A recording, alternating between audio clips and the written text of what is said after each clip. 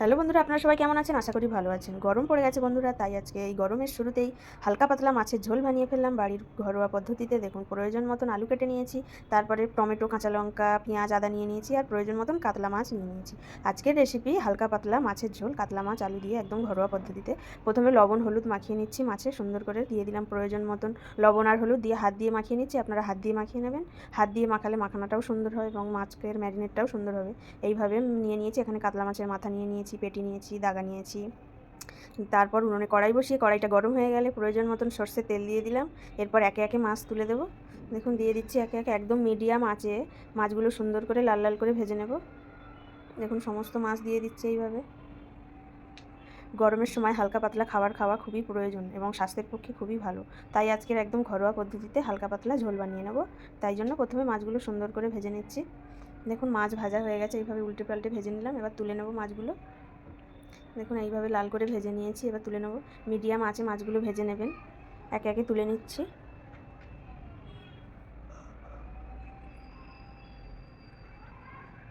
আজকের রেসিপি একদম ঘরোয়া একটা রেসিপি। আপনারা প্রয়োজন মতন এবং ইচ্ছে মতন যখন মন চাইবে তখনই বানিয়ে ফেলতে পারবেন। ঘরোয়া উপকরণেই আজকে বানিয়েছি একদম।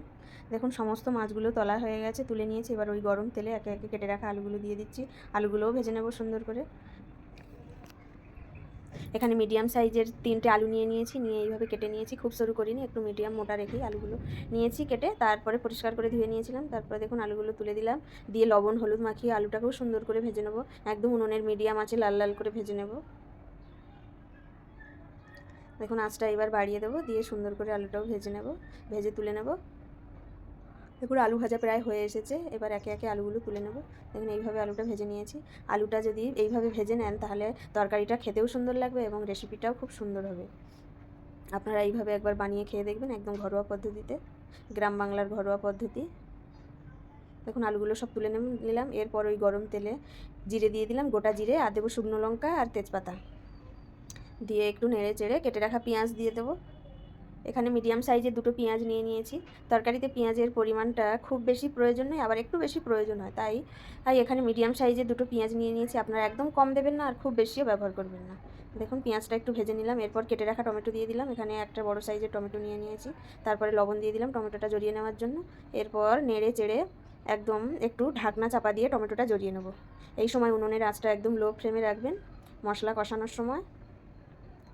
দেখুন, ঢাকনা চাপা দেওয়ার আগে, তার আগে আদা যে পেস্ট করে রেখেছিলাম, আদা পেস্টটা ফার্স্ট টাইমে দিতে ভুলে গেছিলাম বন্ধুরা, তাই এখানে সাইড করে আদাটা দিয়ে দিলাম। দিয়ে আদাটা একটু তেল দিয়ে ভেজে নিচ্ছি। আপনারা পেঁয়াজটা দেওয়ার পরই আদাটা দিয়ে দেবেন।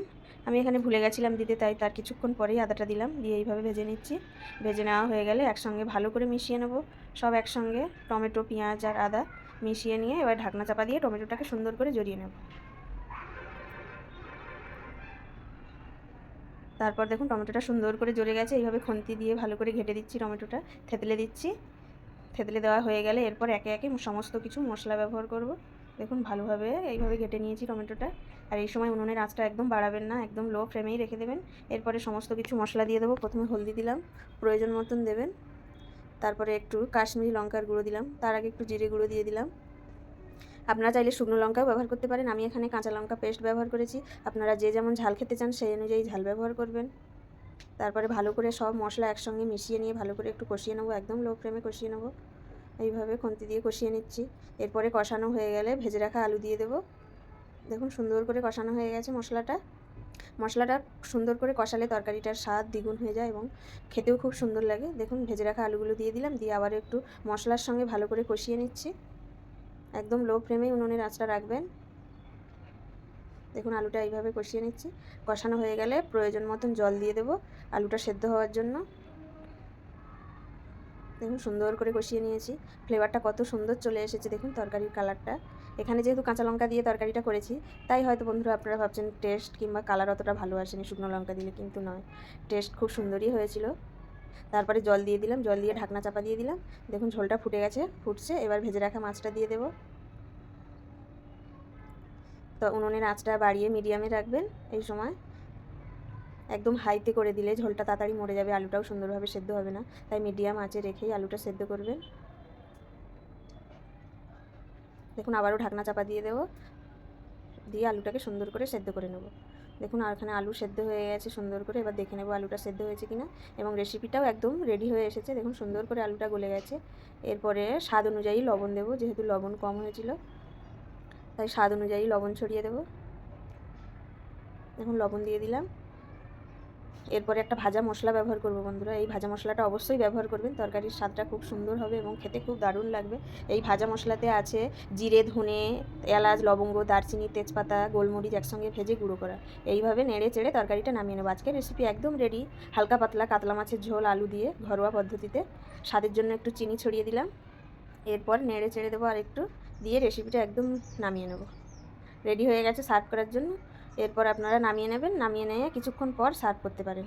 আজকের রেসিপি একদম রেডি। আজকের রেসিপিটা যদি আপনাদের ভালো লেগে থাকে তাহলে অবশ্যই লাইক, কমেন্ট, শেয়ার করবেন, চ্যানেলটা সাবস্ক্রাইব করে নেবেন। আপনারা সবাই ভালো থাকবেন, সুস্থ থাকবেন এবং পরবর্তী নতুন রেসিপির জন্য অবশ্যই অপেক্ষায় থাকবেন বন্ধুরা। আজকের মতন টাটা।